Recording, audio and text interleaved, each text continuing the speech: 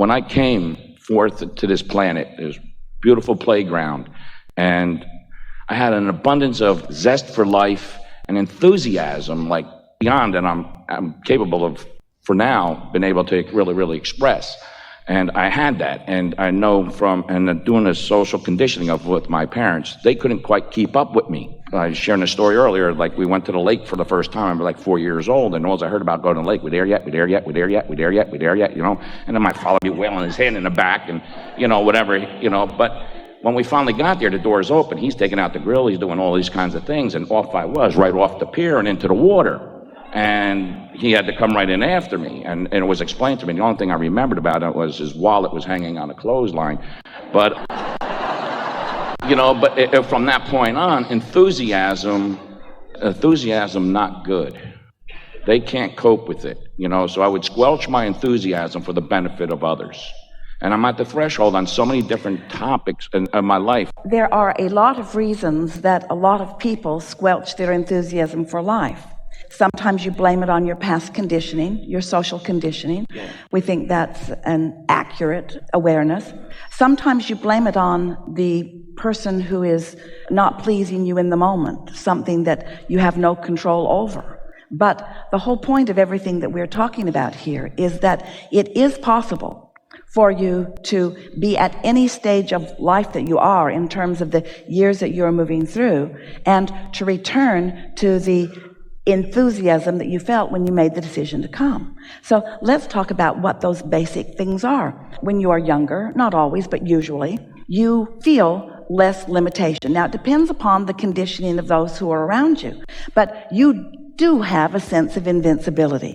Now, your parents, and rightly so, they want you to be safe in the world. They don't want you to go jumping off the pier before you know how to swim. They don't want you to play in the traffic or jump off cliffs. They want to orient you a little bit, but they get carried away because the guardedness that they have experienced has conditioned them. So let's talk about how that happens to any of you. So you're moving through your life experience. Let's say that you are a youngster, and you behave in a way that someone who is prone to worry worries about you. And so they project to you their worry far more than they project to you their behavior that is stopping you from doing something. So what we want to say to you is that while you think it is the restriction that their action has caused, like him swatting you and wanting to contain you, or him snatching you out of the water, or telling you that you can't do something, or physically restraining you or restricting you, that is not what leads you to the socialization that you are talking about. It's the vibrations that are passing through the airwaves and your receptivity to them. It's your attention to the behavior of others. It's your receiving of the vibrational impulses that they are offering. And it does not have to be. And the reason that we're pointing it out in that way is because that social conditioning, yes, it was happening when you were 2 and 3 and 4 and 5 and 6, but it's still happening today. You have to stop saying, I was socially conditioned, or I was affected by guarded thoughts, and begin saying, they are around me right now, and it's important for me to be aware when I am allowing them to continue to be the factor of resistance that is keeping me out of the receptive mode. Stop talking about this as something that was happening to you. That doesn't mean anything. What happened, happened, and furthermore, it filled your vortex full of wonderful things. And so you are far better off no matter what happened to you as you were moving through time to where you are now, because every bit of that has contributed to this movement of this wonderful energy that really is what you are all about now. And so never mind what social conditioning happened. What we want to talk about is what is the vibrational conditioning that is happening now. And the only way that you're going to be able to do anything about it is by caring about how you feel and moving from thoughts that feel uncomfortable. And so there is this thing about being in the world. This is an important topic because here you are in this world with others, and you are beginning to accept, because we hammer it at you so frequently, that in this world that you are sharing with others, with lots of ideas and lots of conversations and lots of things that people are wanting to do, that some of it is pleasing to you and some of it isn't.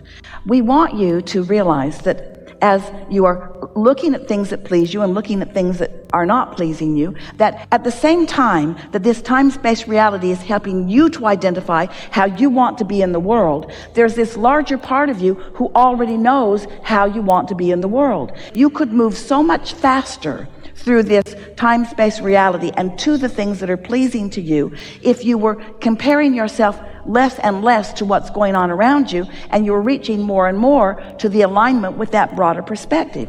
Even a subject like sexuality. For some in this room, it's a titillating conversation.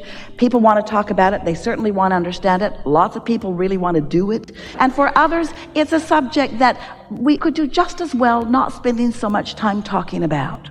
So even in an environment like this, there is resistance that is happening as we are spending an inordinate amount of time on a topic that is exciting in some ways and uncomfortable in others. And what we are getting at is, this is a world where everybody gets to feel what they get to feel, but along with this selfish wanting to satisfy what's important to me, there is a consideration of what's going on around as well. Well, that's where your inner being comes in. This is the thing that we would like to say to all of you. If we were to hold a survey, you've all got little buttons that you push, and we say, who wants to talk about this? Who wants to talk about this? Who wants to talk about this?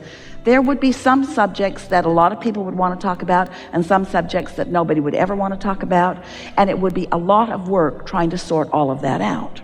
We're talking about you in this room, and we're talking about you as a collective consciousness. We want you to know that it's already been worked out in the vortex. It's already been worked out. All of the requests have been put into the vortex.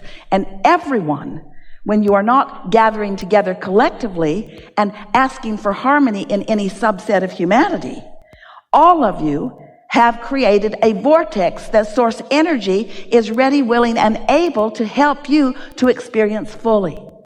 But it requires a willingness to step out of the crowd, a crowd who will, whether you want it or not, condition you vibrationally moment by moment by moment by moment. You just can't be in this world without picking up on the vibrational conditioning that is happening. So when we are visiting with you, Esther uses the words when she talks to friends, it's like Abraham has the room. And what she thinks she means by that, and what we mean when she says that, is that we are, as source energy components, aware of what everyone wants in terms of everything. We know what your vortex is, we know what you've put in it, and we know where you stand in relationship to it. So, if we could just not try to go so deep on every subject, if we could just not try to make everything an complicated mathematical equation, if we could just accept, sort of in a general way, that things are going good and that fun is abounding, it is our promise to you that in the lightness of the thought, in the softness of the thought, in the relaxation in the thought, in the fun of the thought, in the ease of the thought, in the effortlessness of the thought, that everything that you desire and that your capacity to desire has allowed so far will be realized by you as soon as today. In other words, there does not have to be lag time between what you're asking for and what you're receiving. That's my question, because the enthusiasm is pretty far up on the emotional scale. I want to learn how I can maintain that enthusiasm so I sustain the receptive mode to a greater capacity. What we want to point out to you is that even in the determination for enthusiasm, there's a pushing in it. There's an efforting in it. And so that's why we're guiding you more to the letting it happen, to the allowing of it happening. But that requires some important understandings. That requires a willingness to accept that the vortex exists. Do you? Oh, yes. A willingness to accept that you are an extension of source energy. Do you? Absolutely. A willingness to understand that you have an emotional guidance system within you. Do you? I do. A willingness to accept as much as you are ready to receive in any moment and nothing more. Do you? I always want more. I always want more. I'm a greedy bug. Of course you want more, but this is the thing that we want you to understand. A readiness to receive what you're ready to receive and not more. Those are powerful words. A readiness to receive what you're ready to receive, a willingness to receive what you're ready to receive and not more. A willingness to accept the perfection of the way it is working, the not trying to push the noodle. When you get into that mindset, and for many of you, it takes a little doing because you've been setting goals and you've been managing things and you've been orchestrating things and you've been doing things and you become so action-oriented that you have socially conditioned yourself to a way of life that works to a certain extent, but it's not the mastery of creation that you're reaching for. And so it's a softening of that intensity. It's a being satisfied with one for God's sake for a minute.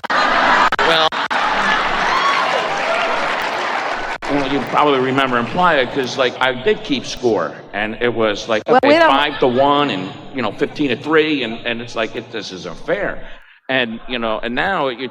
Don't miss our point here. Okay. One is great. It really is. It's the best thing because, Don't miss our point. The point that we're making is, and you're all hearing it, and we'll just wrap this up by saying it one more time, is that if you can acknowledge step 1, 2, 3, step 1, 2, 3. Step 1 is the contrast, the blessed contrast that you think you don't want has done all of the work. The contrast that you think you don't want has done all of the work.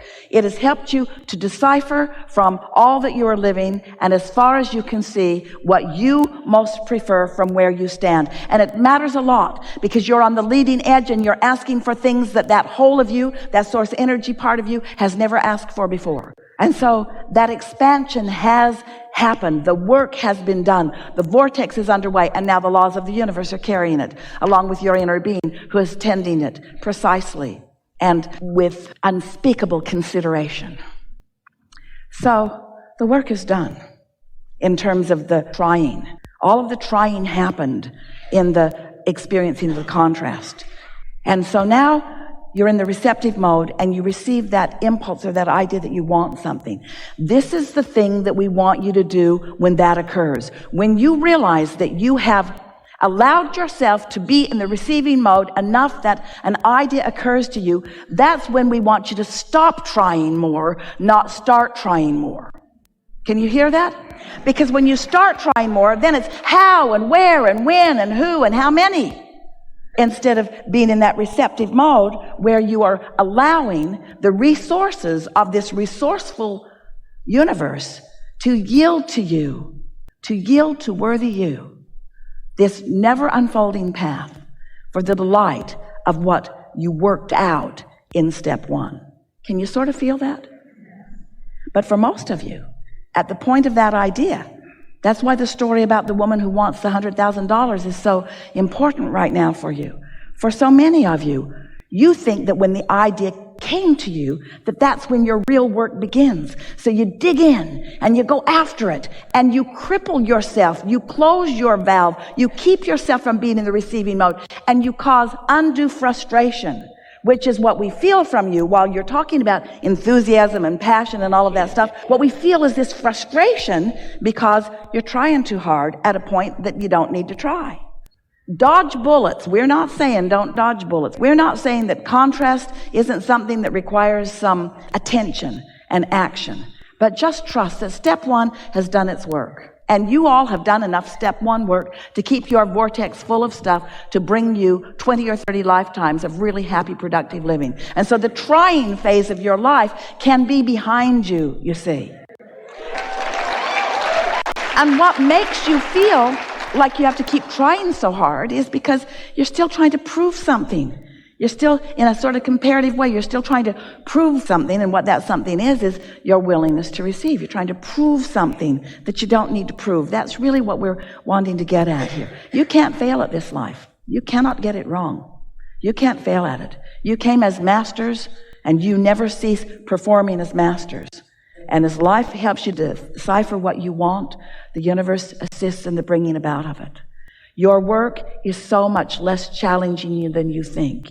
Your work is about loving, not managing. Your work is about appreciating. Your work is about feeling thankful.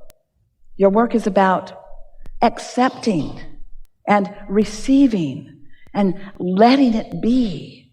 Your work is about relaxing and trusting and knowing your value.